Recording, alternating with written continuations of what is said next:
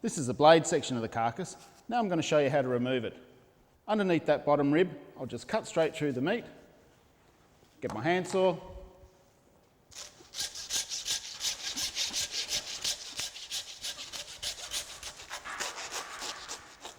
cutting through the blade bone, all ready for boning.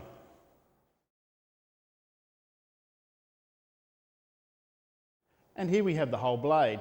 What I'm going to do for you now is show you how to take the foreshank off and produce the gravy beef. First of all, I followed the contour of that bone along until I hit the cup joint where the Bolar blade is situated and the foreshank is situated. I'll open that up with my knife and have to spin it around just a little bit, just on the edge of your block, to break that little bit of a sinew there. Then carefully cut around the bone to produce your foreshank. To remove the gravy beef, carefully follow the contour of the bone.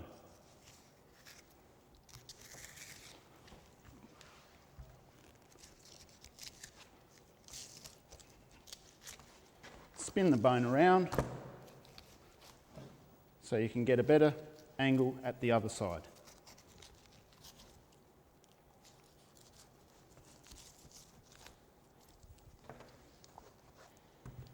There we have our gravy beef off the bone. To slice the gravy beef up, just trim the ends and slice to your required thickness, ready for dicing. Here I have the remainder of the Bolar.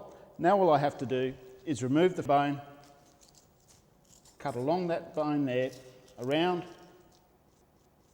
through between the scapular bone, releasing the meat from the bone as I go. Then we have to turn the Bolar around and repeat the process.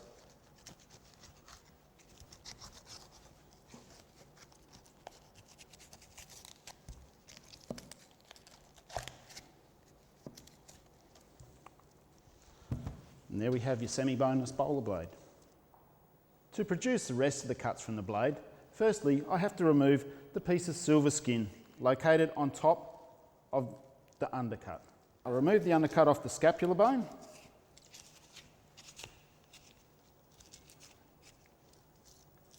Careful to follow that seam all the way to the edge.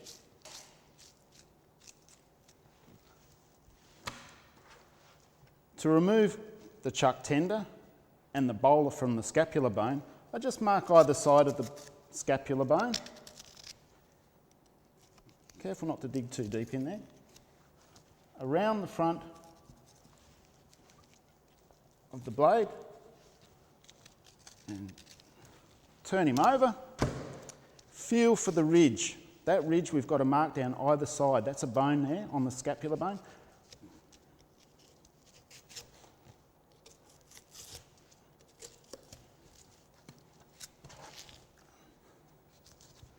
And there we have our chuck tender.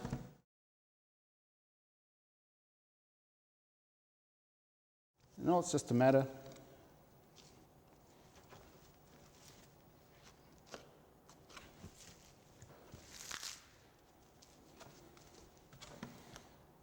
of just removing that little bit of fat and selvage from the chuck tender. And there we have a lovely lean piece of beef.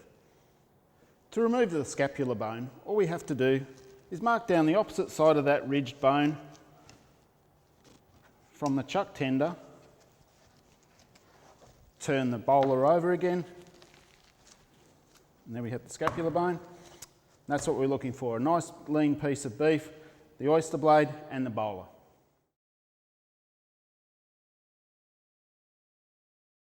What I want to do now is separate these two primals. So finding the very edge of that oyster blade there, I'll just get my knife and slice straight through, following that seam. There we have our two primals, our oyster blade and our Bolar blade.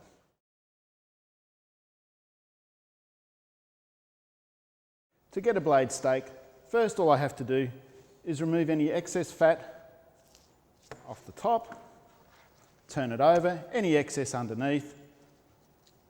The grain runs this way across the primal, So therefore we must slice across the grain,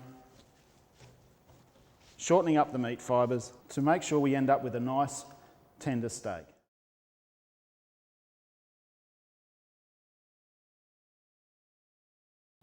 Here we have the oyster blade. What I'm going to do with the oyster blade today is make 2 flat iron steaks. First of all, we must remove any silver skin or cartilage off the underside.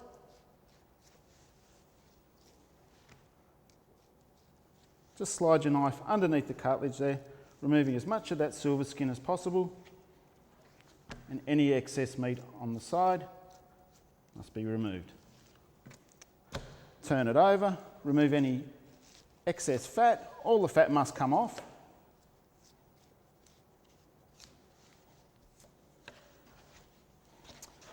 And then sliding your knife underneath that silver skin, remove all of that.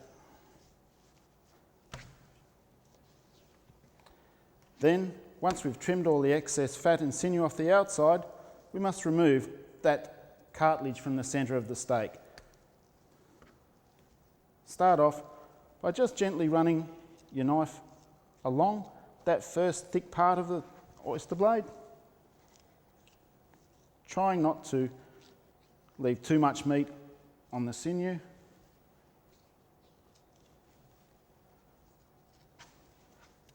You'll see there we've picked up that nice little cartilage. It's just a matter of running your knife carefully along to remove it. There we have 1 flat iron steak. Then we repeat the process by turning it over and removing the remainder of that sinew from the flat iron. Any excess that we've missed, just trim up accordingly. Square up your ends, and there you have 2 beautiful flat iron steaks.